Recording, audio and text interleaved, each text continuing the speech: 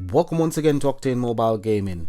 It took me all day yesterday and most of today to find a deck that actually is able to compete in the event, a non-event deck which can actually do anything over 10 trillion damage.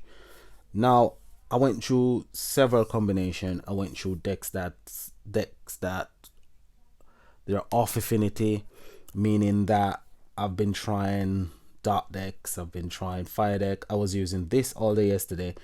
It does work. However, it's a fire deck and it's fire bosses. So you're gonna lose a lot of power because you lose 50% of your damage because it's fire against fire. I try two combination of that. I try water combination. This is the one that actually works, but this one can work. However, each attack you're only doing just over 4 trillion damage. Only when you get your ultimate gem you do over 5 trillion damage. This one, it can work, but it doesn't do a lot of damage. The most you'll get out of this deck is 3 trillion damage. This primarily relies on the ability of Apex Predator and the three Master Collection card. I actually had a Master Collection card here before, but I changed it. I was using 3 Master Collection card, which is Dominator, and I was using Apex Predator to boost their attack output. I'm using Posse to get the killer skill, but you only get 400% on top of what you've got so far, so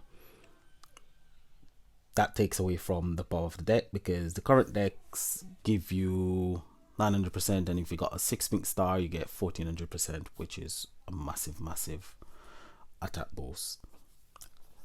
But I've been fighting and I finally came up with something that resembles a deck that can actually compete against bosses that's got over 700 trillion health. Now this deck, when it gets up to about 400 intensity, you will be putting out around about 17 trillion thanks to these two cards, Combat Ready Crew and Queen at Arms. They will be your main damage dealer. What I'm trying to do, I'm trying to boost noble intensity using Supreme Santa. Now to get your intensity up, you have to have cards that produce intensity, and you have to have relics that produce intensity, because this deck is primarily intensity dependent. To do that, I'm running 2 relics, 2 dark command relics, and 2 dark slayer relic, and I'm running the relic from Supreme Santa deck. I'm also running a beast killer relic. It's an ultimate relic. This is to break the beast killer shield. I'm running 2 of those. I'm running the fire one and I'm running the water one from the last water commander event. These 2, they're primarily there to break the shield so I can fill the board with power gems to do as much damage as possible, and that takes away from my ability to produce quite a lot of intensity. But it does work. Now Party Posse will actually pass its ability on to the rest of the cards except for Supreme Center and Usurpers of Fortune. So Usurpers of Fortune is only there to produce intensity. However, they have got the ability to increase Noble Killer's attack by 100% for 1 turn, plus 1% for every 30 Noble Killer intensity. So they are able to add to the total damage output of the deck. However, it creates quite a lot of dark gems, and that takes away from your ability to fill the board with water gems, which decreases your power. So it's 6 of one and half dozen of the other. So it's pointless actually activating that card really. So it's just there to actually get the full use out of these two relics, and it produces 5 intensity as well. So that will give you 16 intensity every turn, plus the 5 intensity from the Supreme Santa relic. That will give you just over 22 intensity each turn. It does take a while to get up to 400% intensity. However, you can get up to about 600 intensity in a 20-second match, which gives you the ability to deal over 23 trillion damage. It is a nice deck. It's quite complex to play at times. It can be very confusing because the cards are not in sync. Where you've got Party Posse have got a 3-turn cooldown. Then you've got Combat Ready Crew, which has got a 4-turn cooldown. And so does Queen of Arms, 4-turn cooldown. And then you've got Supreme Santa, who is going to give you your damage boost or your attack boost. It's got a 6-turn cooldown. So the deck is not in sync. So you have to time your deck quite well. Party Posse, you can activate that every 3 turns, because it will be in sync with Supreme Santa. Where Supreme Santa has got a 6-turn cooldown, halfway through its cooldown you can activate Party Posse, and you can power that back up before Supreme Santa is ready to use. However, do not activate your Queen at Arms or your Combat Ready Crew until Supreme Santa is ready. Party Posse, however, doesn't create power gems on activation. What it does, it creates power gem the turn after, as long as you've got your party time. What is it called? It will spawn 5 water gem. If party time is active, then it will spawn 5 power gem 4s. So when you activate this card, it actually activate party time on the next turn. So that's when you'll get your 5 power gem 4s, and then you'll heal for 4000% of your recovery, which does help. And Combat Ready Crew heals as well. So Combat Ready Crew will create 4 water power gem 4s and heal for 2000% of your recovery. If you're above 50 HP, it will double the power gems. If you're below 50% HP, it will double the heal, which does helps quite a lot. Because I haven't got any cards on this deck that's gonna actually cleanse Traitor. So Traitor is gonna really affect your health. So you need those 2 cards to heal you as much as possible. This one, however, doesn't deal a lot of damage, but the good thing about this card, this deck, is because you've got Fable Sojourners on it. So Fable Sojourners will actually count the amount of power gems when its battle skill is activated, and it will create the same amount of power gems on the next turn. So you will get like a 2-hit. So the first time you activate all your battle skills, you fill the board with power gems. If you can fill the board with power gems, from time to time, this deck does fill the board with power gems. On a turn after, Sojourners will fill the board again with power gem 2s, giving you a second chance to do 3 trillion, call it 4.5 trillion attack. So over 2 attack, you'll get probably about 10 trillion, which is okay for it is. So if you got these cards, you can put together this deck. It will give you around about 10 trillion damage on those 2 main attack. Well, it's 1 main attack and then an attack after, so that one can work. This one, Apex Predator, it's slow and it's weak, so it doesn't really work. So that's one that I can delete. That one will not work very well. This one will work okay. And what I've done with this one, you can swap out the support card and put in the ultra rare from the Sojourners deck, or if you've got the main card for this event, you can put it in there to get a bit more damage.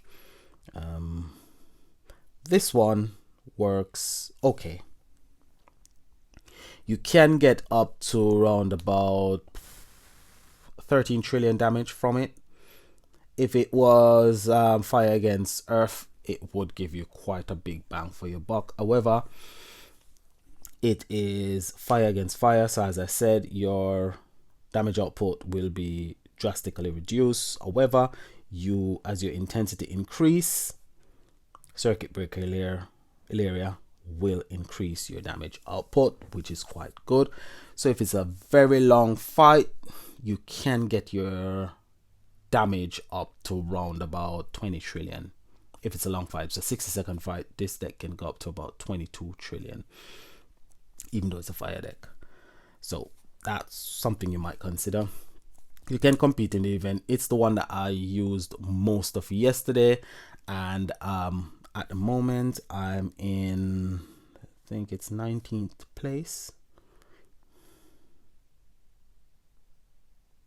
I'm in 17th place, but I'm in Kings League. As I said, Kings League it's a nice league to be in. You don't get a lot of gems. If you are above 65, you don't get the Warden card. But Emperor League, it's a bit more demanding, it's a bit more challenging. If you haven't got the deck, if you haven't got really good cards, you're not going to compete very well in Emperor League. Legend League is even worse, because Legend League is where all the pay to play players are. So 90% of the players in Legend League are pay to play players. If you're not a pay to play player and you haven't been lucky to get the full deck, you're not going to compete very well in Legend League. Even if you've got the full deck and you got a 1 pink star ultimate form, you're going to struggle to compete in Legend League. I'm telling you that. I've been in Legend League for almost a year and I struggle quite a lot to stay in Legend League. I'm always at the bottom of Legend League. Emperor League, without the deck, I do compete quite well. However, it's very stressful. It takes a lot of time to actually try to keep yourself in the Emperor League. But in Kings League, you can play at your leisure. It's enjoyable. You can play around with decks. You can use, as I said, half affinity deck. I was using a fire deck, then I'm at 17th place. So that's what I'm telling you, that Kings League is really enjoyable league for a free-to-play player to be in. So let's have a look at the deck and see what the deck is really capable of doing. So here I've got a boss that's 5 trillion, and at the moment, by accident, I took my prestige up to 5. I was at prestige 4 and it was really great at prestige 4. I was just hitting the prestige bosses for 20%, and it was great. And I made one mistake, one foolish attack, and went up to 50%. And now I'm in prestige 5, which is quite difficult. Anyway, let's see first and foremost the fire deck in action. So this is that I'm gonna use Circuit Breaker Area, Bonafide Brawlers, Impale Hunters, Street Raking Frankie, and Ring Royalty. That's the same combination that I used last week for the Earth event. No, it wasn't an Earth event last week. Last week it was a fire event. Yep, last week was a fire event, and it was a fire commander event, and this was the same combination I used last week for the fire commander event. So now this week we're using the same deck, and it works okay, works well. So we're using 3 keys, the boss is 5 trillion, and we're gonna see how this deck actually performs against this boss. So now we're gonna swap all our gems. Then we're gonna activate Impale Hunter first and foremost, just to get a bit of power gems on the board. She's gonna create power gem when she's hit. So this card is a trap card. It's got a trap mechanic. So when it's hit, it creates power gem. Now we're hit, we produce our power gem. We're gonna activate everything after. Be certain to activate your Circuit Break area last, to make sure that you've got enough power gems on the board. So as you can see, 2.9 trillion, 2.5 trillion, 1.5 trillion, and the intensity is just 84. So when our intensity gets up to about 600, you can see the amount of damage this deck will be putting out. So that's quite a nice deck. And as you can see, it actually worked. It took out a boss with 5 trillion HP, and it's a fire deck in a fire event.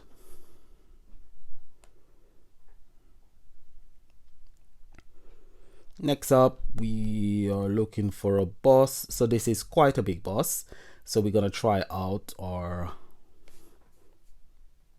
crazy combination. So this is my crazy combination. We're gonna use 3 keys, and this is a boss that's got over 700 trillion HP.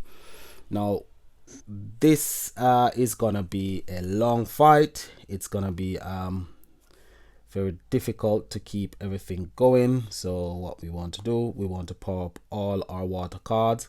It's going to take a while to power up our water cards because we haven't got all water relics on the board. But the great thing about it is Supreme Santa does give us a bit of power gem every 3 turns.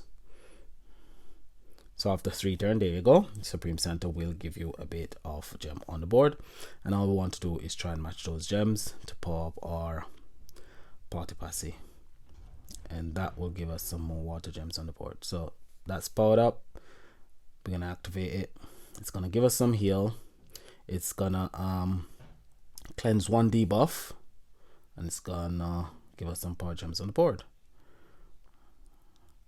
So we've got some heal. So because I'm talking, as you can see, not really doing good when it comes to time.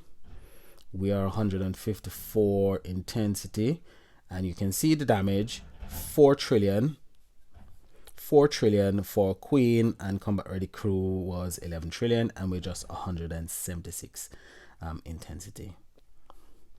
And this is without even activating my usurpers of power. Usurpers of power is just basically defeat the purpose of boosting, of getting a full board of power gem, because you won't get a full board of power gem because you haven't got a card to override all those dark gems and turn them into fire gem, water gems. If we had say a support card on board, that could create probably about 10 to 15 water gems, then you can activate usurpers. It will give you the power gems on the board.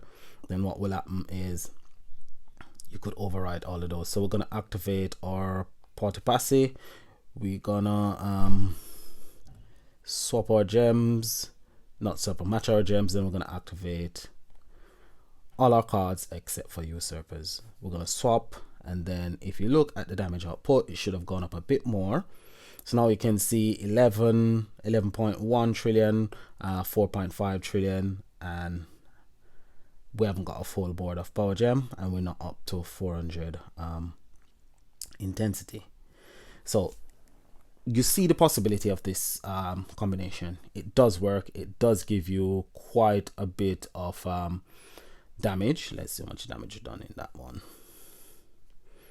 So there we go, 34 trillion. And because I was talking, I was not concentrating as much, so I didn't play as good. But it is a combination that has good possibility. This is another one. So let's see what this combination is able to do. This one isn't really, it's not really that brilliant.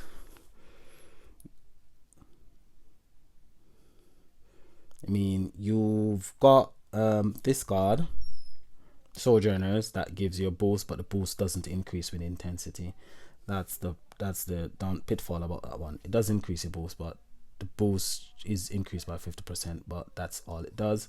It doesn't increase it beyond that 50% because it's capped basically. While Circuit Break Hilaria isn't capped, or Secret Santa and Circuit Break Hilaria is capped, but the cap is very high. Plus, if you've got the ability to create more if you've got 8 or more power gem ones on the 8 power gem ones on the board or higher. And there you go, there's the second board of power gem, which is quite nice. So as you can see, 1.2 from a 2 support card, and all the rest of the cards are doing relatively okay damage, not really a lot of damage. So my 2 support cards are my main damage dealers. If I had a main card, which I refuse to go up to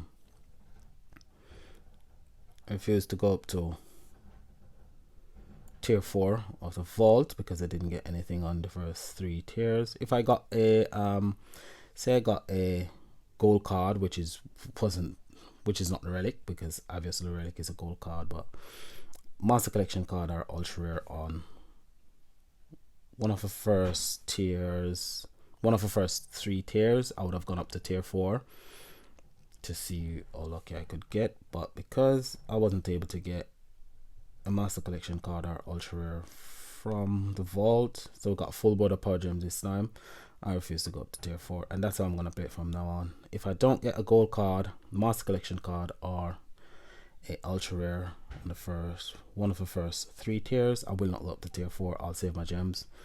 I will, however, go in the retro pack just to get some season coins, so I'll be able to craft a Master Collection card sometime during the season, but that's how I'm gonna play it. So as you can see, this one doesn't do as much damage as the last one. The last deck is far better than this one because it can actually boost your intensity really high.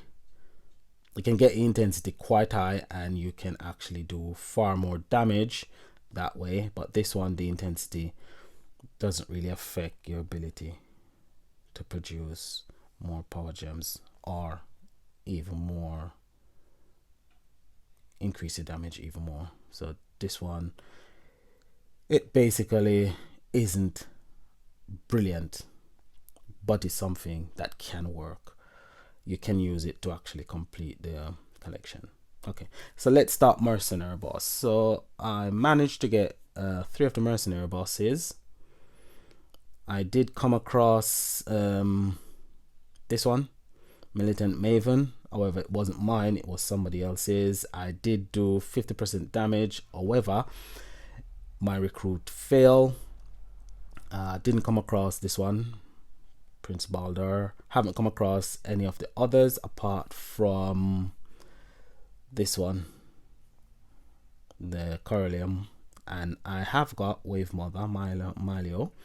I did get that one, but I haven't seen much mercenary boss at all over the last 2 days. I've only seen about 6. Don't know what's going on there.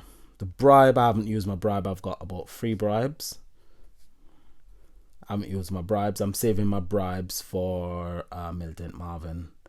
I was gonna save it for Milio, but I've got her, so I'm not gonna use that. Baldur, I'm gonna save one for Baldur as well. So just in case I come across any of those 2, then I'll use my bribe. I think the bribe increases your chance of actually recruiting the card. Now let's talk about this new thing that just came out today. It's called Gem Crush. Seems quite interesting. Don't know when it's gonna start. I think it's probably gonna start next